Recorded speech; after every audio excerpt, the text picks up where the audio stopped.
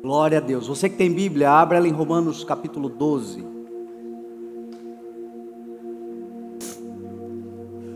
Romanos capítulo 12, o verso de número 9. Você está sem Bíblia? O Data Show aqui te ajuda.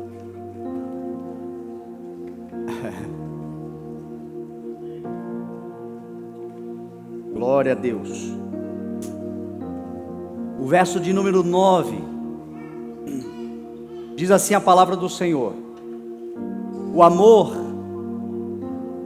deve ser sincero, odeiem o que é mal, apeguem-se ao que é bom, dediquem-se uns aos outros com amor fraternal, prefiram dar honra aos outros mais do que a si próprios, nunca lhes falte o zelo, sejam fervorosos no espírito, sirvam ao Senhor, alegrem-se na esperança, sejam pacientes na tribulação, perseverem na oração, compartilhem o que vocês têm com os santos em suas necessidades, pratiquem a hospitalidade, abençoem aqueles que os perseguem, abençoem, não amaldiçoem, alegrem-se com os que se alegram, chorem com os que choram, tenham uma mesma atitude uns para com os outros, não sejam orgulhosos, mas estejam dispostos a associar-se a pessoas de posição inferior, não sejam sábios aos seus próprios olhos, não retribuam a ninguém mal por mal, procurem fazer o que é correto aos olhos de todos, façam todo o possível para viver em paz com todos. Amados, nunca procurem vingar-se, mas deixem com Deus a ira, pois está escrito: minha é a vingança, eu retribuirei, diz o Senhor. Ao contrário, se o seu inimigo tiver fome, dê-lhe de comer, se tiver sede, dê-lhe de beber. Fazendo isso, você amontoará brasas vivas sobre a cabeça dele. Não se deixem vencer pelo mal, mas vençam o mal com o bem. Pai, nós te damos graças, Senhor, pela tua poderosa palavra, a tua viva e eficaz palavra, que entra em nossos corações e discerne os nossos pensamentos e intenções.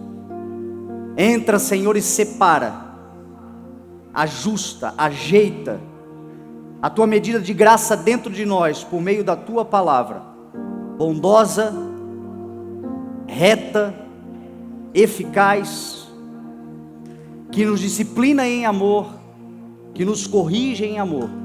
E nós te pedimos, Senhor amado, nos dá a tua palavra nesta manhã, uma porção para que vivamos, Senhor, a vida que o Senhor tem para nós, a vida de plenitude, a vida de graça, a vida, Senhor, de satisfação. É o que nós declaramos em nome de Jesus. Amém, graças a Deus. Amém. Nós estamos encerrando um ano em que profetizamos durante todo o ano ser um ano extraordinário. Alguém aqui tem um testemunho extraordinário para contar sobre aquilo que o Senhor fez na sua vida neste ano? Eu creio que o amanhecer, para cada um de nós, o abrir os olhos pela manhã já é algo extraordinário, é o dom da vida. É a oportunidade que o Senhor nos dá de podermos conquistar a terra que Ele já nos deu. Dominar, multiplicar, avançar, crescer, tendo a certeza que temos um Deus conosco. Isto é extraordinário. Nunca se esqueça de uma palavra poderosa que nos leva a viver uma vida extraordinária. E eu estarei com vocês por todos os dias, até a consumação, até o fim dos tempos. É promessa de Jesus, isto é extraordinário. A palavra que eu quero compartilhar com você hoje são conselhos práticos para que a gente viva extraordinariamente, para que a gente desfrute desta vida extraordinária. Muito foi falado durante todo o ano. A temática do ano, das mensagens do ano, sempre foi pelo Espírito de nos fazer entender, porque depois que a gente entende que a gente desfruta, é depois que a gente entende que a gente aproveita. O entendimento leva ao usufruto, e o Senhor tem nos direcionado este ano inteiro, para que a gente aprenda do Senhor qual é a sua vontade para a nossa vida. E a vontade do Senhor está escrito, é a vontade dele para nós, é que vivamos uma vida extraordinária. Pois sou eu quem conheço os planos que eu tenho para vocês, diz o Senhor, planos de fazê-los prosperar, de não lhes causar dano, planos de dar a vocês esperança e um futuro, ainda que seja contra toda a esperança. E este texto, ele é um indicativo, ele é um conselho prático para se aplicar na vida e viver uma vida extraordinária. Por isso eu quero encerrar esta última ceia do ano trazendo esses conselhos, porque se você não viveu, é possível que você viva. Mais do que um ano extraordinário, uma vida extraordinária. Mais do que um dia extraordinário, uma existência extraordinária. Pela palavra de Deus viveremos, pela palavra de Deus alcançaremos, pela palavra de Deus conquistaremos. Tudo é pela palavra. Ontem tivemos o banquete, na sexta-feira eu fiz um casamento. E no casamento que eu faço, tem um momento em que, na bênção das alianças, eu faço um paralelo, uma analogia entre a aliança física, o metal, o ouro, e o relacionamento em si. E eu falo na cerimônia que um dos comparativos da aliança metal com o relacionamento é que a aliança sendo feita de ouro, o ouro é um elemento extremamente raro e que está se tornando cada vez mais raro. Para cada 200 mil toneladas de matéria sólida, 200 mil toneladas, você extrai 1 quilo de ouro. Estudiosos dizem que em 2042, até 2042, as reservas naturais, o ouro na natureza deixará de existir. É raro e está se tornando cada vez mais raro. Fazendo um paralelo com a vida, porque no casamento a gente fala prioritariamente do amor, o amor que une o casal, o amor que é a base de todas as coisas, o amor que é mais importante do que todas as coisas. Paulo diz em 1 Coríntios capítulo 13, que permanecem agora, pois, a fé, a esperança e o amor, e o maior deles, porém, o maior de tudo é o amor. Sem amor não é possível ter fé, sem amor não é possível ter esperança, sem amor não é possível ter nada, sem amor não é possível ser nada. Porque o próprio Paulo, quando termina falando isso, inicia dizendo: ainda que eu tenha todas as coisas, entregue o meu corpo para ser queimado, fale a língua dos homens e dos anjos, sem amor, vazio, sem amor, sem sentido, sem amor, de nada me valerá. Então o amor é algo raro, e nos últimos dias se tornará ainda mais difícil de ser encontrado, porque Jesus Cristo falou: devido ao aumento da maldade, o amor de muitos se esfriará. Então, se o amor é raro, tal como o ouro, se o amor é raro, tal como tantas outras coisas, importantes da vida, mas o amor como base para construirmos qualquer edificação da nossa história. O que precisamos fazer em relação ao amor? Preservá-lo. Tudo que é raro precisa ser preservado. Tudo que é raro precisa ser valorizado por meio da preservação. Na fauna, quando animais começam a entrar em extinção, o que eles fazem? Preservam. Começam a fazer criação em cativeiro para preservar. Na flora, a mesma coisa. A preservação guarda, a preservação sustenta, a preservação mantém. A preservação pode até levar à multiplicação. Então, se você tem um amor na sua vida, preserve-o. Comece preservando o amor próprio. Preserve sobre todas as coisas o amor que Deus tem derramado sobre você. Preserve o amor, os amores que o Senhor tem te dado. O amor por uma esposa, um amor por filhos, por um esposo. O amor fraternal, o amor congregacional. Por causa do aumento da maldade nos últimos dias, esse amor vai se esfriar. E a palavra de Deus para nós vivermos uma vida extraordinária. Se você já tem um amor, você é agraciado por Deus, preserve-o. Se você ainda tem a capacidade de amar, não deixe esfriar esse amor.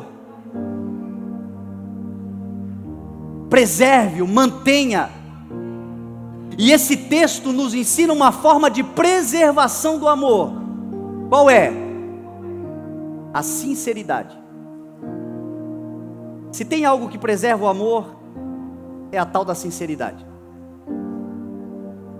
E agora eu poderia dar um monte de exemplos do mundo, mas eu quero ficar só aqui conosco. Estamos na ceia, é bom a gente falar da gente. O povinho, muitas vezes hipócrita, falsinho, somos nós.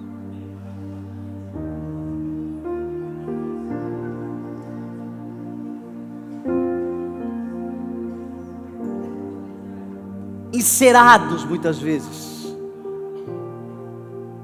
porque a sinceridade vem de uma expressão italiana, latim, sincera, transparente, visível, coração aberto. Sermos sinceros uns com os outros.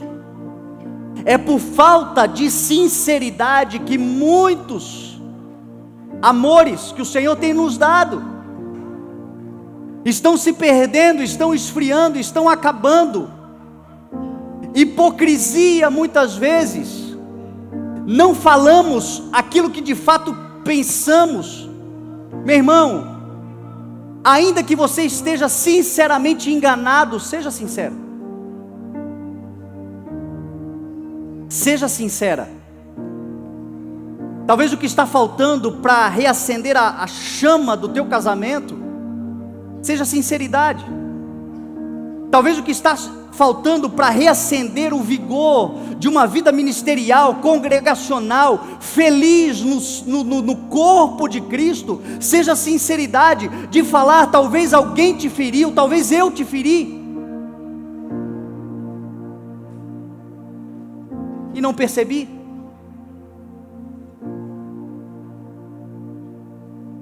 E você não está sendo sincero comigo para me chamar num canto e dizer assim: ó, pastor, aquele dia o senhor falou aquele negócio, Se você for sincero, talvez você me dê a chance de poder me defender ou te pedir perdão se de fato for verdade.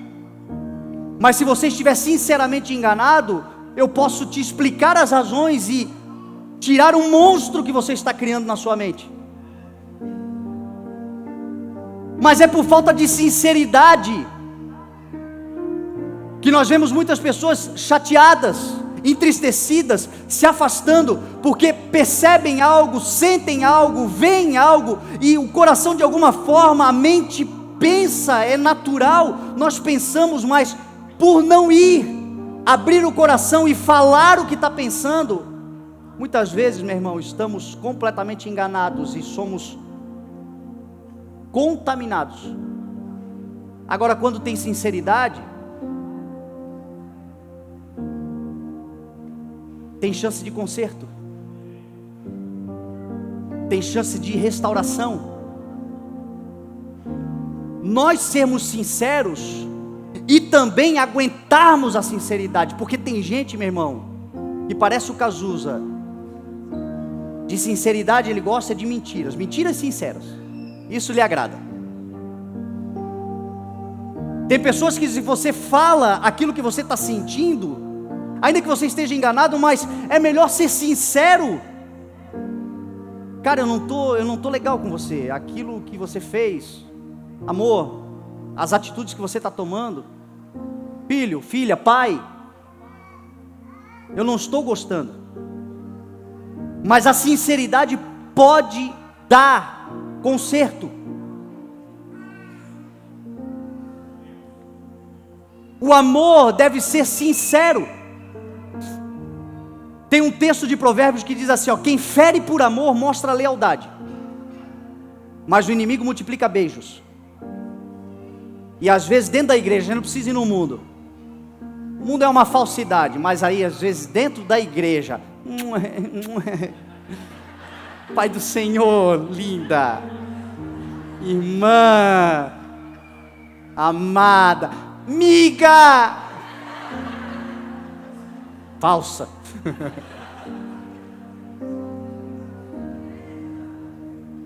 Quando é glória a Deus, mas tem vezes que não é. A irmã vira as costas, aí vem a outra, você viu o que ela fez, você viu o que ela tá, você viu a roupa.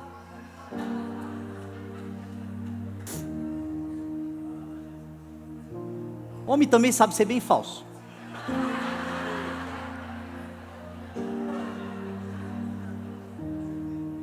Ei, brother, beleza? Tá devendo para todo mundo.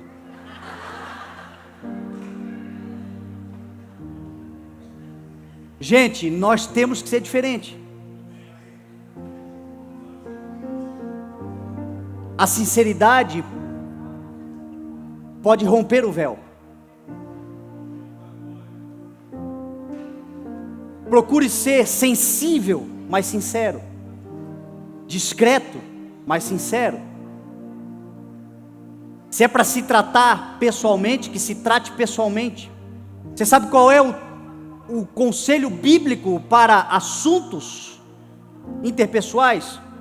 Se o teu irmão pecar contra você, vá a sós com ele e aponte, e seja sincero, e diga a ele aquilo que ele promoveu contra você, que te feriu. Vá com ele a sós. Se ele não te ouvir, conselho bíblico, quem quer viver uma vida extraordinária? Se ele não te ouvir, chame mais alguém, chame um amigo em comum, alguém que também torce por ele, alguém que acredita que ele pode ser salvo, alguém que quer ver você se dar bem. Chame e vá lá e tente consertar. Se ele não te ouvir, aí chama o pastor. Bota o pastor nesse rolo, arruma uma bomba para o pastor desarmar. Se ele não te ouvir, considere como um publicano, está perdido. Mas este é o processo. Se pecar, vá a sós. Se não te ouvir, chame mais um. Se não te ouvir, conta para a igreja. Se não ouvir a igreja, considere publicano. Qual é o problema de muitos crentes? Pecou, conta primeiro para a igreja. Tem gente que até hoje, dia de ceia, é uma agonia, porque antigamente a ceia era lugar para entregar podre dos irmãos. Era na ceia que o pastor muitas vezes lia as cartas de disciplina. E era uma exposição geral, gente que nem sabia quem era a pessoa era, mas já tinha agora uma marca, é aquele que pecou lá, ó. Contra a palavra, e isto vai impedindo nós de vivermos uma vida extraordinária. Agora a sinceridade deve fazer parte do caráter do cristão. O texto de Romanos 12 vai dizer: o amor deve, é um dever. Preservação do amor por meio da sinceridade. Jesus viveu uma vida extraordinária. Em Cristo, meu irmão, você só vê papo reto. Todos os diálogos de Cristo eram retos. Ora disciplinando, ora afagando, ora corrigindo, ora brigando também, mas sempre reto, sempre falando a verdade, sempre falando com sinceridade. É melhor ferir por amor, sendo sincero e mostrando lealdade, do que multiplicar beijinhos, batendo as mãos nas costas e igual Joabe, que foi beijar Abner. Ô amigo, como é que você está? Enfiou um punhal. Tem gente que é assim, espírito de Joabe. Que o Senhor levante uma igreja sincera em nome de Jesus.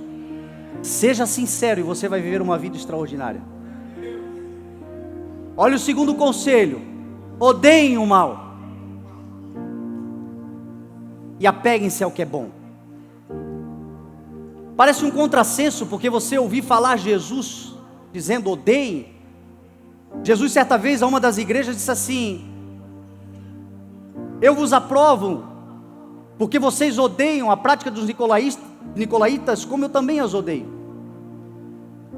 Tem coisa que o Senhor, na sua palavra, nos ensina a odiar. Agora o ódio é ao mal, com L, não ao mal com U. Porque esse ódio não se trata de pessoas, esse ódio se trata de coisas que nos desviam do propósito de Deus para a nossa vida. E tem coisas que você precisa realmente rejeitar com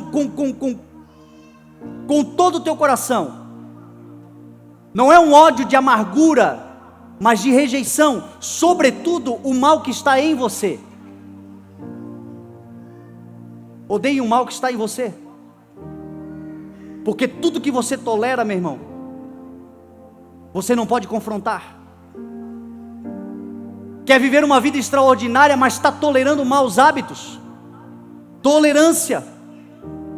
E a palavra está dizendo: odeia isso, porque enquanto você não se irar contra isto, enquanto você não se indignar contra isto, enquanto você não entender no teu coração que isto não é bom para aquilo que Deus tem para você, enquanto você não se levantar contra isto, enquanto você não odiar esse mal que está dentro de você, você vai se conformar, você vai tomar a forma do mundo, e você não vai conseguir desfrutar do extraordinário de Deus.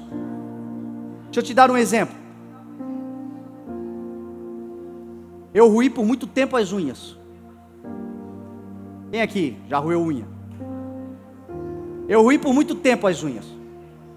E eu tinha vergonha, às vezes, de falar com as pessoas, de colocar a mão em cima da mesa, de gesticular, e enfim, andava meio assim, sempre publicamente, porque aquilo me fazia mal, aquilo enfim, não condiz, não combina um pai de 3 filhos roendo unha.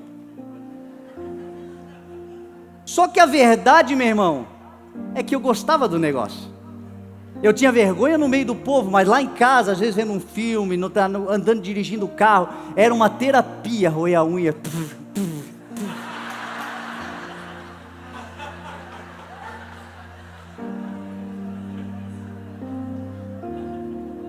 Até o dia que eu me indignei, até o dia que eu olhei e falei assim: não, eu odeio esse negócio, não é possível. E no dia que eu me indignei, meu irmão, eu parei instantaneamente, nunca mais roí. Ai, eu não consigo. Não consegue porque lá no fundo gosta.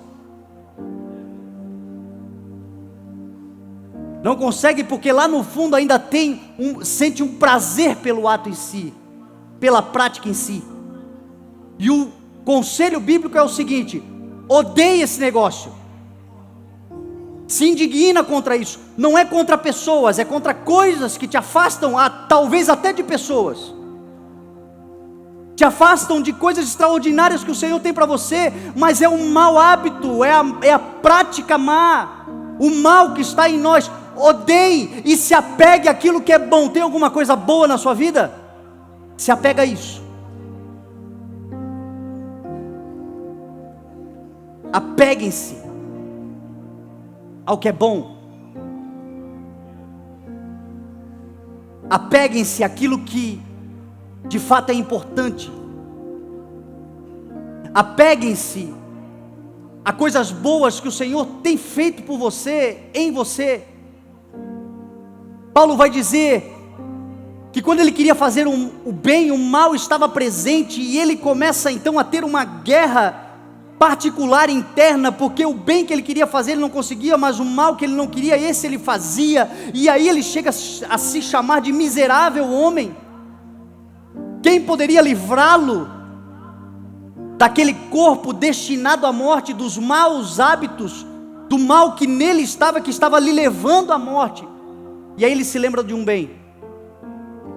Portanto, agora nenhuma condenação há para aqueles que estão em Cristo Jesus, porque a lei do Espírito de vida me libertou da lei do pecado e da morte. E se apegando à verdade de quem Cristo é, do que Cristo fez, do que Cristo pode, do poder de Deus sobre a sua vida, do amor e da graça do Senhor se manifestando na sua vida, o apegar-se a isto, meu irmão, fez com que ele vencesse o mal que nele estava. Tem alguma coisa de boa acontecendo na sua vida? Se apegue a isso, porque o bem vence o mal. Paulo vai terminar dizendo que nós não podemos nos deixar vencer pelo mal, mas vencermos o mal com o bem. O bem sempre vencerá o mal. Ainda que você esteja vivendo um dia mal, ainda que você esteja vivendo um momento no seu relacionamento mal, lembre-se do bem que você viveu até aqui. Lembre-se dos dias de bem que você já desfrutou. Lembre-se das coisas do bem que o Senhor já fez por você. Lembre-se das pessoas do bem que o Senhor tem colocado para caminhar junto com você. E você vai viver uma vida extraordinária. Nós viveremos uma vida extraordinária. Paulo vai dizer: as más companhias corrompem os bons costumes. Às vezes são os relacionamentos maus, desalinhados com aquilo que Deus tem para nós. Mas se as más companhias corrompem os bons costumes, as boas companhias protegem, preservam, agregam.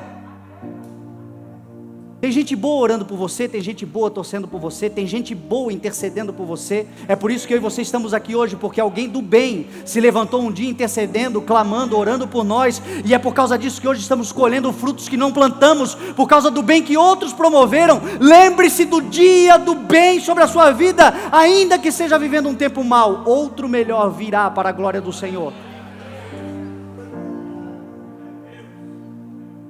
Lembre-se do bem.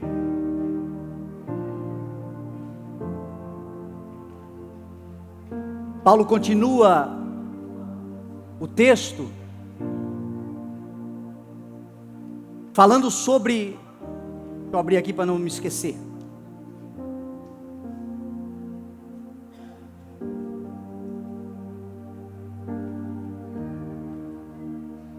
Olha o que Paulo fala no verso 11, isso aqui é muito importante. Nunca lhes falte o zelo, sejam fervorosos no espírito, sirvam ao Senhor. Quer viver uma vida extraordinária? O que o Senhor colocou na sua mão?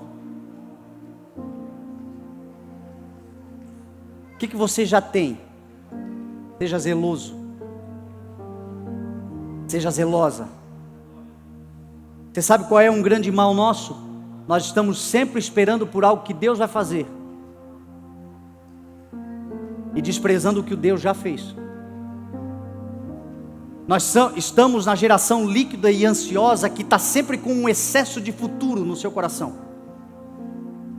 sempre angustiosos por aquilo que Deus ainda vai fazer. Às vezes é até uma promessa de Deus e Deus vai fazer, entretanto a gente está lá na frente e esquece de que aquilo que já está na nossa mão nós devemos fazer com todas as nossas forças. Zelo. Pessoas extraordinárias zelam por aquilo que Deus tem dado a elas. Pessoas que vencem, pessoas que alcançam, pessoas que conquistam, elas não apenas estão avançando e conquistando, elas também estão zelando. É uma família. O que adianta você planejar futuro e trabalhar igual um louco e não dormir e perder o zelo? E aí depois você ganha o mundo inteiro e perde a alma. Porque tem gente hoje totalmente dedicada a ganhar o mundo, a conquistar o mundo, mas não zela pela alma, não zela pelo espírito, não zela por aquilo que já tem. E meu irmão, não é nenhum, não são nem 2, nem 3, nem 4 casos, são muitos os casos de pessoas que a gente encontra e elas dizem: eu preciso me reencontrar, eu preciso ver onde é que foi que eu me perdi, porque eu foquei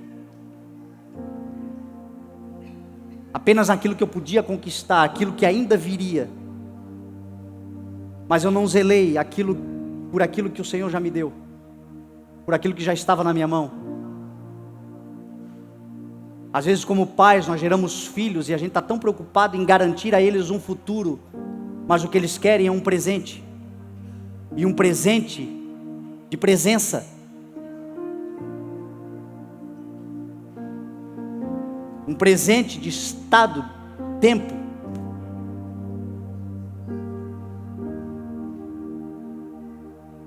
Sejam zelosos, diz a palavra do Senhor. Nunca lhes falte o zelo. Sejam fervorosos no espírito. Isso aqui é tão importante, gente. Quer viver uma vida extraordinária? Sai dessa gangorra, dessa montanha russa, dessa instabilidade. Procure se firmar na palavra, creia numa palavra e vá adiante fervorosamente. Sejam fervorosos no espírito. Esse espírito é espírito com um E minúsculo, não é o espírito de Deus. Tem gente que acha que ser fervoroso é quanto ele pula e canta e adora na igreja e glória a Deus, mas aqui dentro é instável, é inconstante, é desequilibrado. Não procura em Deus a harmonização da própria vida. Ser fervoroso no espírito é alguém esperançoso, é ser alguém que sorri diante do futuro, que crê absolutamente que Deus é com ele, que Deus é com ela, que não relativiza a palavra, mas crê completamente na palavra. Eu não creio em mim, mas eu não duvido em nada da palavra do Senhor.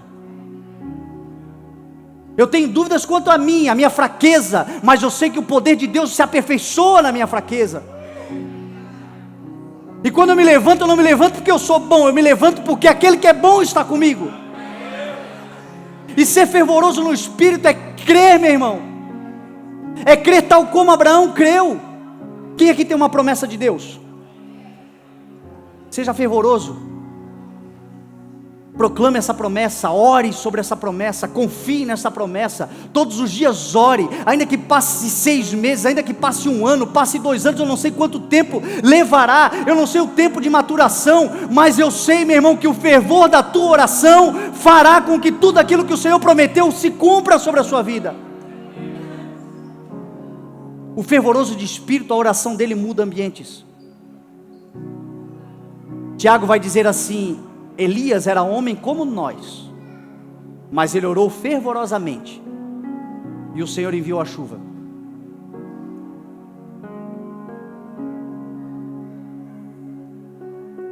Que o Senhor reacenda a chama, que o Espírito de Deus que hoje se move nesse lugar sopre e reacenda a chama nos corações.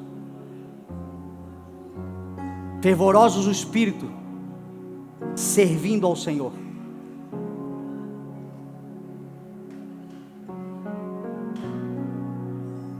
Sirva a Deus, meu irmão, sirva a Deus, minha irmã. Você sabe o que é viver uma vida extraordinária? É esquecer das coisas que ficaram para trás. Esquecer as dores que te provocaram, as injustiças que cometeram, as falhas, os ataques, é esquecer. Perdoar é perder. Perdoar é deixar para trás e avançar de modo que aquilo fique de verdade para trás. E avançar para as coisas que estão adiante de você. Servir a Deus é olhar sempre para frente, é manter os olhos fixos no que está adiante.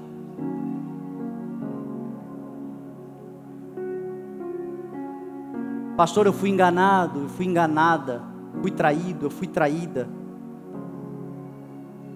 Meu irmão, nós lamentamos a sua perda, lamentamos a sua dor, choramos com você se for necessário.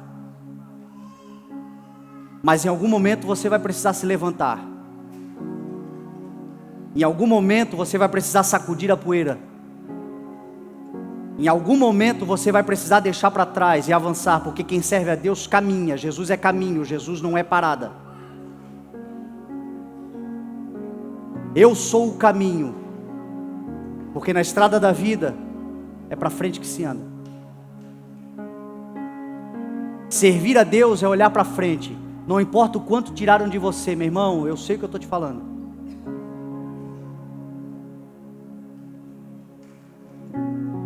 Muito maior é o que o Senhor tem para entregar nas suas mãos. Agora você não vai ver aqui, porque o Senhor não está aqui, o Senhor está lá.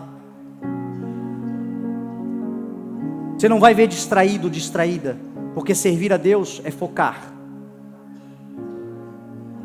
Servir a Deus é ter alvo. Quer viver uma vida extraordinária? Foca, meu irmão. Foca. Porque eu e você estamos distraídos em algumas áreas da nossa vida. Alguns mais do que outros. A verdade é que talvez lá em janeiro nós fizemos uma lista de coisas e no meio do processo a gente foi se distraindo, e parando. E o que aconteceu? Nada. Só acontece na vida de quem foca. Servir a Deus é confiar que Deus é com você. 1000 podem cair do teu lado, 10.000 à tua direita, mas você não será atingido.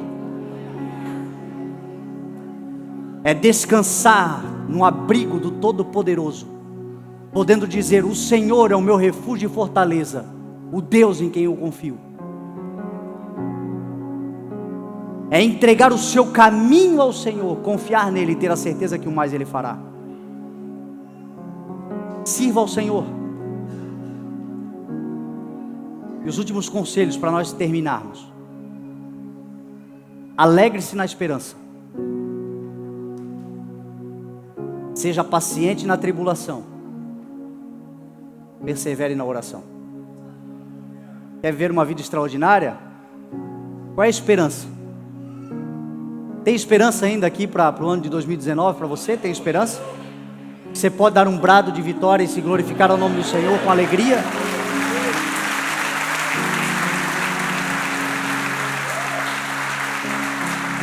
Alegre-se. Uma marca de alguém que vive uma vida extraordinária, ele é alegre. Que alegria não é sentimento, alegria é fruto. É um fruto do Espírito. Aquele que está em Cristo dá fruto do Espírito. E o fruto natural daquele que está em Cristo é sorrir, é alegrar-se. Alegrei-me com os que me disseram: vamos à casa do Senhor. Alegre-se sempre. Tem dias de tristeza? Tem, mas a gente se entristece momentaneamente. A essência é alegre. Porque a gente tem esperança, meu irmão. Ah, porque o mundo, porque as guerras, porque isso, porque aquilo. Meu irmão, nós temos uma esperança: ele virá. Ele virá, ele vai botar ordem no caos, ele virá, e esta é a nossa esperança. Ah, porque é uma enfermidade, porque é um problema, porque é uma necessidade, meu irmão. Maior é o Senhor conosco. Eu me alegro na esperança, porque eu sei que Ele vive, o meu Redentor vive, e por fim, Ele se levantará. Eu sei que Ele levou sobre si as minhas enfermidades, tomou sobre si as minhas doenças. Eu considerei Ele castigado por Deus afligido e atingido. Contudo, Ele foi transpassado por causa das minhas transgressões, esmagado por causa das minhas iniquidades. O castigo que me trouxe a paz estava sobre Ele, e pelas suas feridas eu fui curado. Esta é a minha esperança.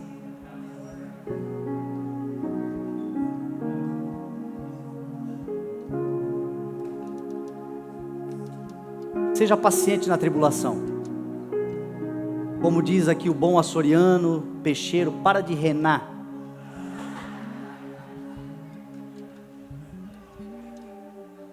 Está renando demais, nego.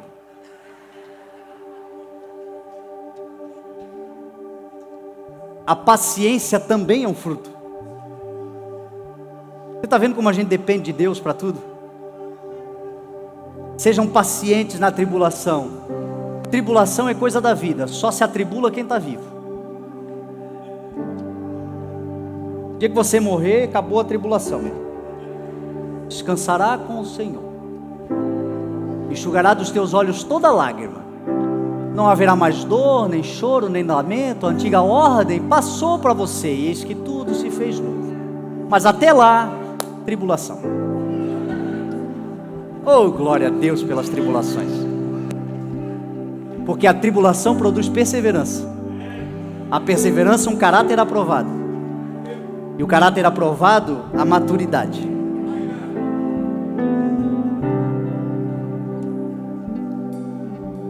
E persevera na oração. Meu irmão, se você quer viver uma vida extraordinária, faça da oração um hábito.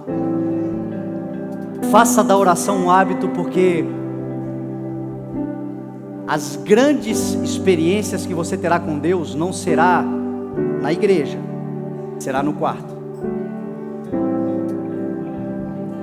será no secreto. As maiores mensagens que eu preguei, as maiores experiências que eu tive, os melhores momentos com Deus, não foi na coletividade, foi na particularidade. O público revela, o público transborda, o público manifesta, mas receber é no particular. Você quer viver uma vida extraordinária? Persevera na oração. Não ore porque tem vontade, ore até dar vontade. Faça da oração um hábito. A oração que não é um ritual, a oração que é um estado de espírito, é conexão com Deus. Você pode orar no seu carro, você pode orar no banheiro, você pode orar no quarto, você pode orar agora. Eu posso estar aqui falando e você está orando no Espírito. Mas persevera na oração. O que você tem orado ao Senhor? Persevera. Confia. Você tem orado por um filho? Persevera. Você tem orado por um marido? Persevera. Você tem orado por uma esposa? Persevera. Você tem orado por uma porta que se abra diante de você e você possa entrar por ela e desfrutar de uma vida melhor? Persevera, porque o teu Deus é bom. Jesus ensinou a perseverar. Batam, busquem, vão em busca daquilo que vocês querem, peçam. Porque todo aquele que pede, todo aquele que bate, todo aquele que busca, encontra. Quando orarem, orem ao Pai, crendo que Deus é fiel para cumprir, sem duvidar. Porque aquele que duvida é instável. Que o Senhor levante uma igreja de oração, meu irmão. Se você se tornar um homem de oração, uma mulher de oração, não tem capeta que fique na tua casa. Não tem diabo que se levante contra a tua família. Não tem tapete que se puxe contra você, meu irmão. Você é um homem de oração, uma mulher de oração. Você tem relacionamento com Deus, você tem revelação do Senhor, você tem direcionamento daquilo que Deus tem para você. Tudo isso vem por meio da oração. Orai sem cessar, é o que a palavra do Senhor nos ensina. Quer ver uma vida extraordinária? Seja um homem e uma mulher de oração. Você vai descobrir coisas poderosas do Senhor. Você crê nessa palavra em nome de Jesus? Vamos nos colocar de pé.